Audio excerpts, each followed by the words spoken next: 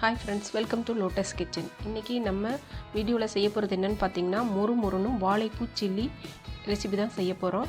அதை எப்படி செய்யலாம்னு பார்க்கலாம் வாங்க வீடியோக்குள்ள போலாம். ஃபர்ஸ்ட் பாத்தீங்கன்னா இந்த வாழைப்பூல நரம்பும் அந்த ஒரு வேஸ்டேஜ் வெள்ளையா இருக்கும். அதையும் நீங்க ரெண்டையும் ரிமூவ் பண்ணிக்கணும். அதை எடுத்துருங்க இல்லைன்னா அது சாப்பிட்டா வயிறு வலிக்கும். அதனால நம்ம அதையெல்லாம் எடுத்துறணும். இதே மாதிரி நீங்க எல்லா பூவுலயும் இருக்கிறத எடுத்துறணும். எல்லா பூவுலயும் இருக்கும். அதனால நீங்க இத எல்லாத்தையும் எடுத்துருங்க. இந்த நரம்பும் வெள்ளையா ஒரு தொப்பி மாதிரி ஒன்று இருக்கும் அதையும் நீங்கள் எடுத்துருங்க. இது மாதிரி நான் எல்லாத்தையும் எடுத்து ஒரு பவுலில் கழுவி எடுத்து வச்சுருக்கேன் ஃப்ரெண்ட்ஸ். இதே மாதிரி நீங்களும் எடுத்து வச்சுக்கோங்க. இப்போ பார்த்தீங்கன்னா ஒரு பவுல் எடுத்துக்கோங்க. அதில் நம்ம இதில் சேர்க்க போகிற மாவு ஐட்டம்ஸ் என்னென்னு பார்க்கலாம். கடல மாவு 3 ஸ்பூன் எடுத்திருக்கேன். 3 ஸ்பூன் கடல மாவு, 1 ஸ்பூன் கார்ன்ஃப்ளவர் மாவு எடுத்திருக்கேன், 1 ஸ்பூன் அரிசி மாவு சேர்த்துருக்கேன்.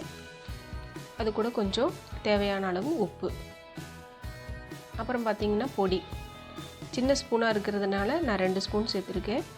பெரிய ஸ்பூனாக இருந்தால் நீங்கள் 1 ஸ்பூன் சில்லி போட்டு சேர்த்துக்குங்க. மிளகாய்த்தூள், 1 ஸ்பூன் கரம் மசாலா.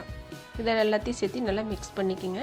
மிக்ஸ் பண்ணிவிட்டு இப்போ இதுக்கு தேவையான அளவு தண்ணியை நம்ம கொஞ்சம் கொஞ்சமாக சேர்த்து கரைச்சிக்கணும். ரொம்ப கெட்டியாகவும் இல்லாமல் தண்ணியாகவும் போகக்கூடாது. அதனால் நீங்கள் கொஞ்சம் கொஞ்சமாக தண்ணி சேர்த்து இதை நல்லா கலந்து வச்சுக்கோங்க. இப்போ பார்த்திங்கன்னா நான் இதையே கட்டி இல்லாமல் நல்லா எல்லாம் ஒன்றோட ஒன்று மிக்ஸ் ஆகிற அளவுக்கு கலந்து வச்சாச்சு. இப்போ பார்த்திங்கன்னா கலர் ஃபுட்டு சேர்க்குறவங்க கொஞ்சமாக கலர் சேர்த்துக்குங்க, வேண்டான்னா அவாய்ட் பண்ணிக்கோங்க. நான் இப்போ கொஞ்சமாக கலர் ஆட் பண்ணியிருக்கேன். இதை நல்லா மிக்ஸ் பண்ணி எடுத்து வச்சுக்கிறேன்.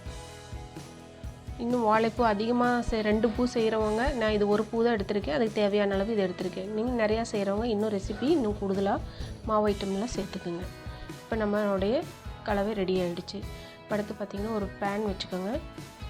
எண்ணெய் காஞ்சதும் இதையே நம்ம ஒவ்வொன்றா போட்டு எடுக்கணும்.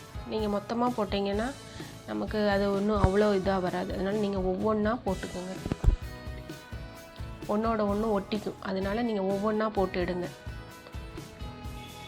பஜ்ஜி மாதிரி சில்லி மிளகாய் பஜ்ஜி போடுவோம்ல, அது மாதிரி ஒவ்வொன்றா நீங்கள் போட்டுடுங்க. அப்போ தான் நல்லா முறுமுறுன்னு இருக்கும்.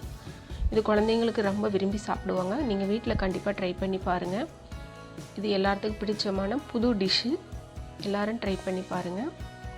இப்போ பார்த்தீங்கன்னா நல்லா ஃப்ரை ஆகிடுச்சு. இதை நீங்கள் மாற்றிக்கலாம். நல்லா திருப்பி போட்டு மொறுன்னு வேக வச்சு எடுத்துக்கோங்க. இப்போ நம்ம ரெடி பண்ண சில்லி வாழைப்பூ சில்லி ரெடி ஆகிடுச்சு ஃப்ரெண்ட்ஸ். இது ஈவினிங் ஸ்நாக்ஸாக நம்ம குழந்தைங்களுக்கு ரெடி பண்ணி கொடுக்கலாம். வீட்டில் எல்லோரும் புது டிஷ் ட்ரை பண்ணி பார்க்குறவங்களும் இதை ட்ரை பண்ணி பாருங்கள். இப்போ பாருங்கள் ஃப்ரெண்ட்ஸ், நம்ம ரெடி பண்ண வாழைக்காய் சில்லி ரெடி ஆகிடுச்சு. மறக்காமல் நம்ம சேனலை லைக் பண்ணுங்கள், ஷேர் பண்ணுங்கள், சப்ஸ்கிரைப் பண்ணுங்கள். தேங்க்ஸ் ஃபார் வாட்சிங்.